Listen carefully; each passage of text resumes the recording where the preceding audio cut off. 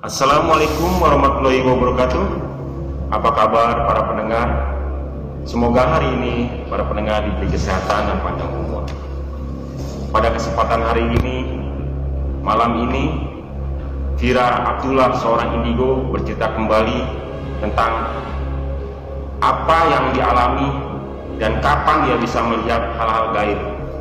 Langsung saja kita tanyakan kepada Vira Abdullah. Selamat malam, Fir. Coba Fir ceritakan awal pertama kali Vira bisa melihat hal-hal gaib. Gimana tuh Fir ceritanya, Fir? Silakan, Fir. Jadi gini Kak, pada tahun 2014 itu kan kakek aku itu udah meninggal. Nah terus nggak tahu ya kenapa tiba-tiba aku itu bisa melihat mereka yang tak terlihat. Maksudnya nggak semua orang lain bisa lihat sih gitu. Nggak tahu kebuka sendiri mata batinku, nggak tahu dibuka atau gimana, aku nggak ngerti. Kalau yang aku dengar sekarang sih dari teman-teman aku, kalau dibuka dengan kebuka sendiri itu beda. Tapi kalau namanya kebuka mata batin itu orang itu bisa gila sih. Tapi kayak gimana ya, aku pikir loh, aku kan kebuka mata batinnya, nggak tahu kebuka sendiri apa orang buka atau gimana, aku nggak ngerti. Yang intinya di situ aku bisa ngelihat mereka, udah gitu aja. Nah terus sering berjalannya waktu aku udah biasa-biasa aja ngelihat mereka. Dan nggak tahu ya, pada aku kelas berapa ya, kalau nggak salah kelas 10 SMA, kelas 1 SMA, aku itu udah nggak bisa ngeliat mereka lagi gitu. Jadi cuman hanya bayangan doang gitu Kak. Yang dulunya aku bisa ngelihat secara jelas, sekarang hanya bayangan doang dan bisa ngedengar suara mereka gitu. Entah itu suara dari jauh, entah itu suara dari dekat, aku bisa dengar gitu. Dan setiap orang kan punya kepekaan masing-masing. Jadi kalau semacam dianya ada duduk di sebelahnya aku, ya aku bisa ngerasa gitu. Atau dianya ada duduk di sebelahnya kakak gitu, contoh ya, aku duduk dengan kakak tapi kak itu agak jauhan gitu sama aku. Jadi dia duduk sama kakak, aku sendiri gitu. Jadi aku bisa ngerasa keberadaan dia gitu. Nah setelah itu berjalannya waktu, aku udah masuk kuliah dan tiba-tiba kan aku itu kan mau ikut LDK, landasan kepemimpinan gitu di kampus untuk organisasi Kak. Nah terus teman aku ini kan kesurupan, terus aku bantu dong. Kan namanya anak indigo pasti saling membantu, yang tahu-tahu gitu kan pasti saling membantu temannya kesurupan gitu. Nah terus yang masuk sama dia ini, aku bilang gini, ayo dong keluar, kasihan badan teman aku gitu, ikut sama aku aja ya gitu. Nah terus dia keluar, dia masuk sama aku. Katanya kenapa aku itu sering gak mau nolong dia gitu. Karena gini ya Kak, di bawah tangga kampus itu, ada kamar mandi, WC gitu. Dan di situ ada penghuni, aduh merinding, ada penghuni.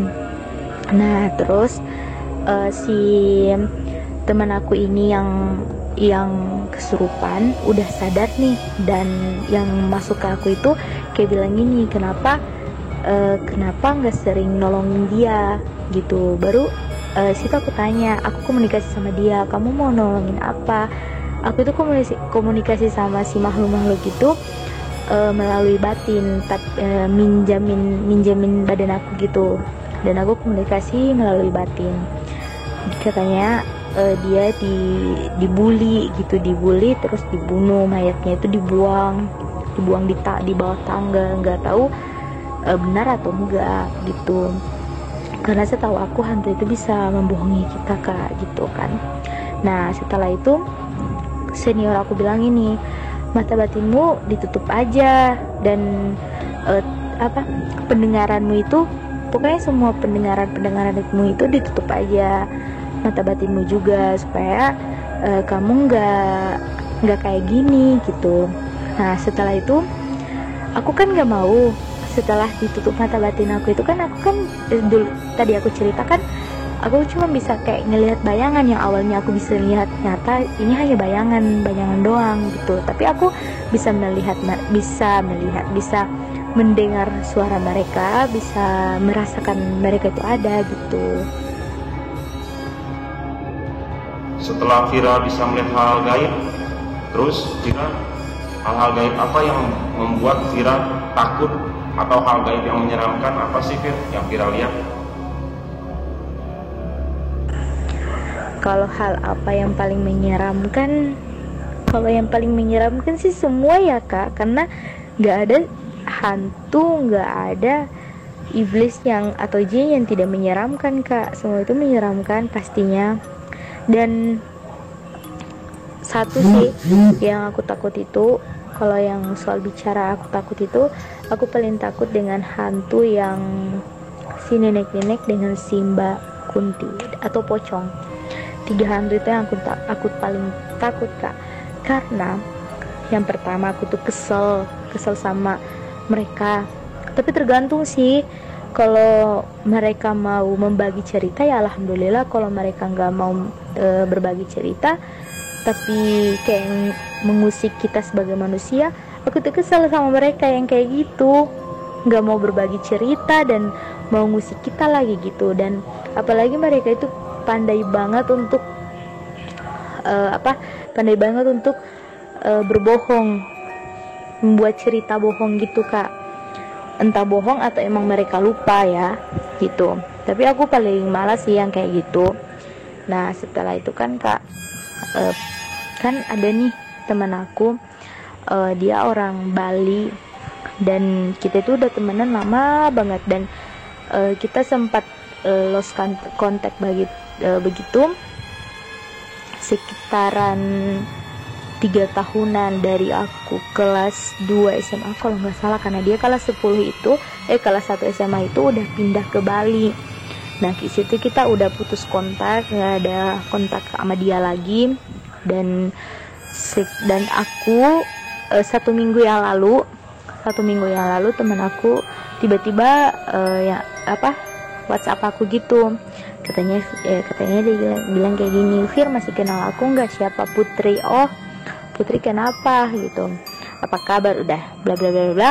Setelah itu katanya dia bilang gimana keadaan kamu, aku bilang alhamdulillah sehat. Nah terus kita facean, tiba-tiba dia face sama aku, terus aku kayak ngelihat ada nih di belakang dia, kan tinggal di kosan nih, di balik kosan. Terus aku kayak ngelihat dia tuh diikutin oleh ratu, tapi ratunya itu jahat karena gimana ya, ratunya jahat itu mungkin dia buat salah, membuat pelanggaran atau apa, aku nggak ngerti gitu. Nah karena aku nanya itu karena dia kan penakut, jadi aku nanya melalui chat gitu, Put aku boleh nanya nggak, kamu pernah buat salah sama orang, kamu pernah maki orang atau apapun, intinya buat salah sama orang lah, atau kamu punya perjanjian apa gitu, atau kamu pernah pergi di tempat apa gitu selama kamu di Bali. Nah dia cerita semuanya selama dia di Bali itu bagaimana dia ternyata pernah pergi di sebuah goa kak, tapi kayak di dimensi lain gitu, kayak dia itu ketempelan. Tapi si ratunya ini kayak jahat sama dia, tapi dia bilang kayak gini, aku bilang kayak gini sama dia, Put kalau aku keluarin si yang tempel sama kamu ini, kamu mau nggak? Dianya nggak mau, dan tiba-tiba dia marah sama aku. Mungkin yang membuat dia marah itu mungkin dia udah tahu ada si ratu ini, atau mungkin bagaimana. Yang tadinya aku bilang kan setiap orang itu kan punya kepekaan masing-masing, jadi mungkin udah dia tahu sebelum aku tahu gitu. Tapi dia jahat Put, aku bilang lagi, tapi dia jahat, dia mau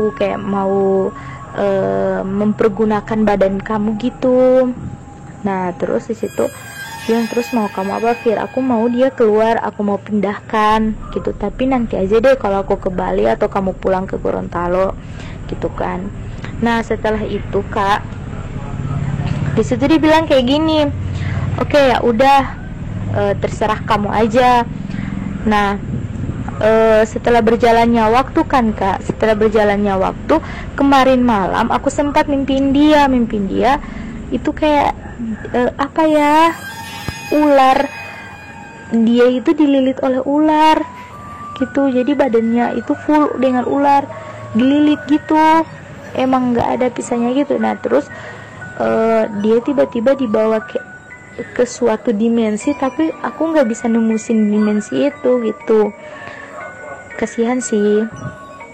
Kalau hal yang paling menyeramkan itu ya itu, karena emang sih aku belum bisa ketemu dia, tapi gimana ya, aku sudah bisa menerawang dia gitu, maksudnya di badan aku utuh, badan aku itu di tempat tidur aku tuh gitu, maksudnya bisa astral projection. Aku itu badannya, kalau astral projection tuh badan aku itu di tempat tidur, terus aku jalan-jalan nih ke tempat dia gitu, jiwa aku ke tempat dia, kayak rohnya aku gitu. Kalau hal yang paling menyeramkan sih itu. Kalau setan itu yang aku nggak suka itu ya tadi, ada si nenek-nenek, ada si Kunti gitu Kak, dan ada ratunya si teman aku ini nih yang ketempelan sama dia, itu aku nggak suka lagi karena itu dianya jahat. Aku memang nggak suka makhluk yang jahat, tapi ada makhluk yang baik sih, tapi tergantung, tapi kebanyakan makhluk itu jahat. Maksudnya iblis, jin, setan itu jahat, nggak ada setan baik, nggak ada iblis baik, nggak ada jin baik, ya intinya mereka itu jahat gitu, tapi terkadang sih gitu. Oh jadi yang menakutkan itu yang seperti itu Fir ya. Terus saya mau nanya nih Fir, kalau rumah, kosan sebenarnya semuanya ada penunggunya nggak sih Fir? Coba Fir jelasin Fir. Kalau rumah atau tempat tinggal gitu Kak, kalau menurut aku semua rumah, semua kos, semua kontrakan ataupun semua jalan, semua apapun itu pasti ada penunggunya. Kalau di Gorontalo, di daerah aku itu kan, kalau kita mau beli rumah atau kita mau bangun rumah atau kita mau kontrak rumah, kita harus doa rumahnya itu. Tapi bukan berarti kita doa rumahnya itu terus setannya pergi.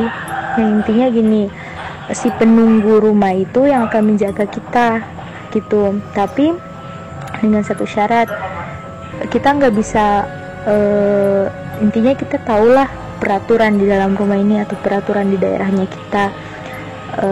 Kalau macam di daerahnya aku itu kan, kalau mau buat rumah atau mau kontrak rumah, kita kan harus doa. Nah setelah itu kita juga kan, setiap manusia harus harus ibadah sesuai agama kita kan ya. Kalau kita ibadah terus, ya pastinya yang berbuat jahat sama kita itu akan dihalang oleh penunggunya gitu. Maksudnya ada perjanjian saling menjaga, kita sebagai manusia menjaga alam lain, ya alam lain juga menjaga kita gitu. Jadi kalau setiap rumah atau tempat tinggal ya pasti ada penunggunya, dan mereka ganggu kayaknya enggak sih Kak. Cuman gini, aku itu pernah bahas tentang rumah berdarah yang ada di Gorontalo itu di channel aku. Nah di situ aku baca artikelnya, sampai ada pisau terbang, paku terbang, dan ada bercak darah, baju-bajunya juga keluar dari lemari, dan ada darah di baju, dan ada kayak tulisan-tulisan gitu di kaca. Kalau menurut aku itu emang dikasih orang sih, kalau orang bilang pelet, tapi nggak tahu ya, entah itu dikasih orang atau emang si pengguna rumahnya yang menggunakan pelet, tapi nggak tahu sih, walau alam, intinya kita semua kan berbeda pendapat, jadi ini menurut aku aja gitu. Nah setelah itu kan kalau itu bercak darah, namanya bau mereka yang tidak bisa kita lihat itu hanya orang-orang tertentu. Yang pertama, bau bunga mawar, bunga melati begitu. Yang kedua, bau sabun perahu layar, pasti kau tahu bau sabun perahu layar. Yang ketiga, bau busuk gitu, bau kayak daging mentah yang udah busuk gitu. Dan yang keempat, bau pandan, daun pandan gitu. Itu sih bau-bau mereka, dan pastinya bau darah itu emang udah pasti banget gitu kan. Kalau untuk bercak-bercak darah, kalau menurut aku sih itu emang perlakuan si mereka, si syaitan ini, si iblis ini gitu. Tapi kalau untuk keluar dari baju-baju yang dari dalam lemari keluar, itu kayaknya udah emang perlakuan manusia. Karena setahu aku syaitan, iblis, jin itu emang gak suka kotor. Mereka itu gak suka kotor, dan kelemahannya mereka itu ketika kita ngaji atau sholawat, ketika kita sholat juga pasti mereka akan menghindari itu. Dan ketika kita mau tidur, dan pastikan kita ambil wudhu dulu supaya nggak ditindih oleh setan gitu. Dan yang keempat itu pastinya mereka itu nggak bisa membunuh kita. Jadi mereka sehebat apapun energi yang mereka, negatif seberapa banyak pun energinya mereka nggak bisa muduh kita gitu. Jadi mereka itu hanya bisa nakutin kita, hanya bisa mencari, mereka itu ada aktivitas lah, tapi nggak seharusnya mereka ngebunuh kita, nggak bisa gitu. Oh, jadi itu aja Fir ya, cerita awal pertama Fira bisa melihat hal-hal gaib, masalah rumah, ada penghulunya, dan tentang bunga berdarah ya Fir. Terima kasih Fir udah membagi pengalaman kepada para pendengar. Semoga Fira selalu sehat, panjang umur, banyak rezeki. Terima kasih Fir. Untuk para pendengar, itulah cerita dari Fira Abdullah yang benar-benar menjadi pengalaman kita juga. Semoga para pendengar suka dengan cerita ini. Cukup sekian dari saya. Semoga para pendengar diberi kesehatan selalu. Assalamualaikum warahmatullahi wabarakatuh.